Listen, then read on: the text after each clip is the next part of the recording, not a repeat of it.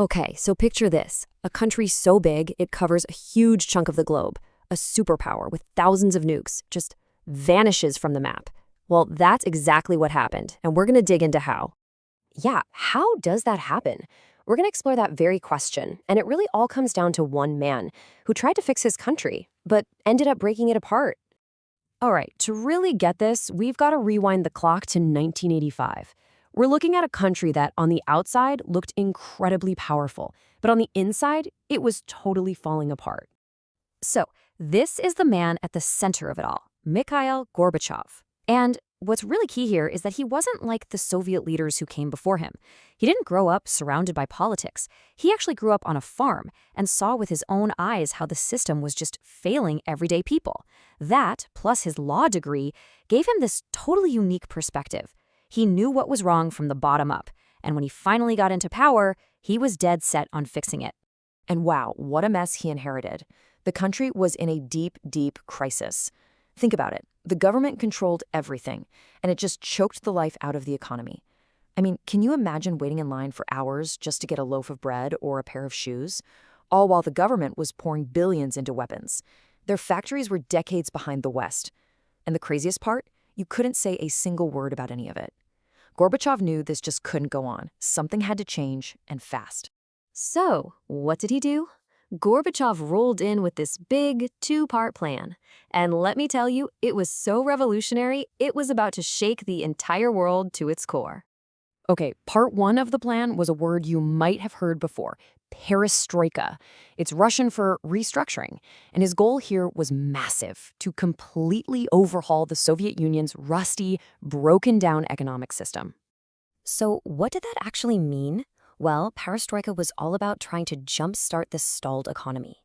The idea was to bring in new tech, let some small private businesses open up, which was a huge deal, and give factory managers, the people on the ground, more power to make their own decisions.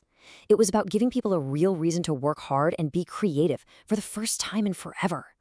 Now, the second part of his plan, this one was even more radical, and honestly, way more dangerous. It was called Glasnost, which basically means openness. He was about to do something unheard of. Let people speak the truth. And you can imagine this was a huge shock to the system. All of a sudden, newspapers and TV could report on real issues. People could actually criticize the government without being terrified of getting arrested. All these dark secrets from the country's past started pouring out. Gorbachev's hope was that this would rebuild trust. But what it really did was open the floodgates on decades of pent-up anger and frustration. Right, so this new policy of openness was about to get its first and maybe its biggest test.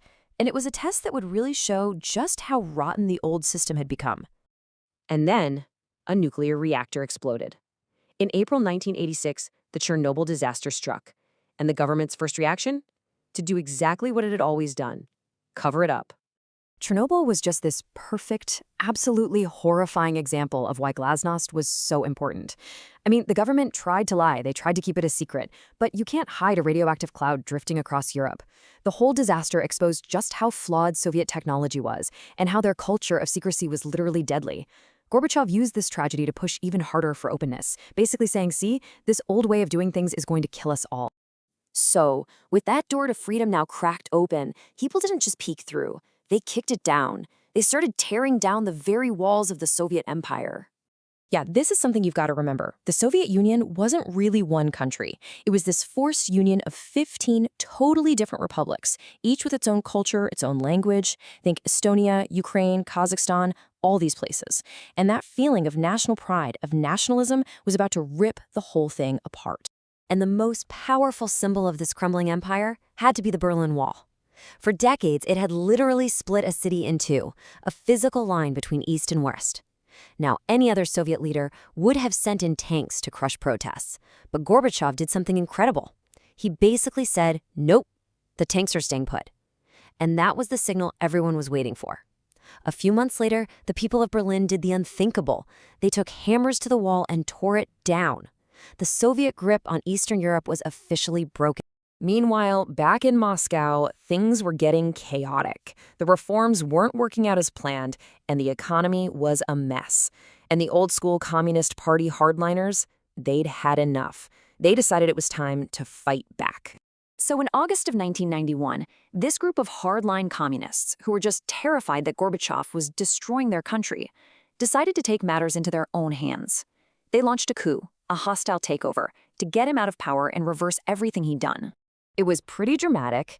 They waited until he was on vacation, then they put him under house arrest, trapped him and his family in his home, cut all the phone lines, and went on TV to announce they were in charge. But here's where they made a huge mistake. They totally misjudged the people.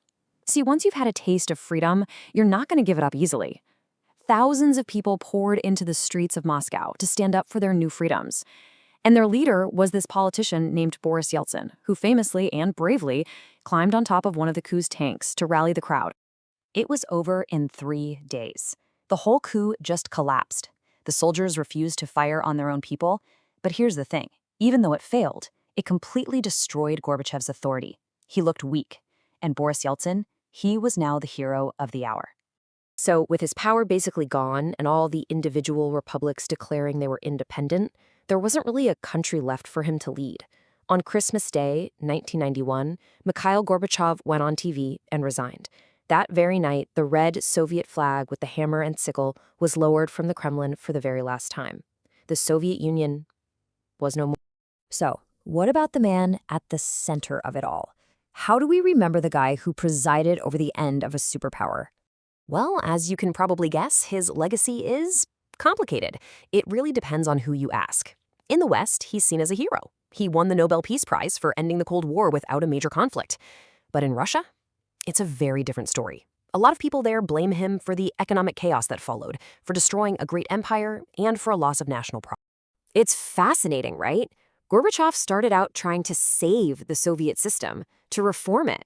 But in the end, his actions led to it being completely dismantled. He opened a door just a crack, and the winds of history just blew it right off its hinges, which leaves us with a pretty big question to chew on.